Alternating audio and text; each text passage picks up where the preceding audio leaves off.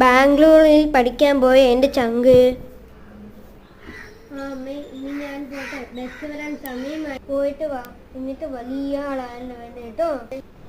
അമ്മേ, അമ്മയുടെ അനുഗ്രഹം എന്നും എൻ്റെ കൂടെ ഉണ്ടാവണം.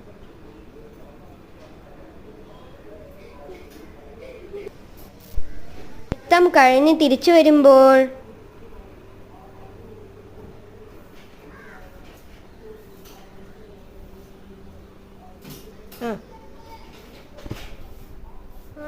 മനസ്സിലായില്ല. അയ്യോ, ബാംഗ്ലൂരിൽ പഠിക്കാൻ പോയ അമ്മയുടെ മോൻ.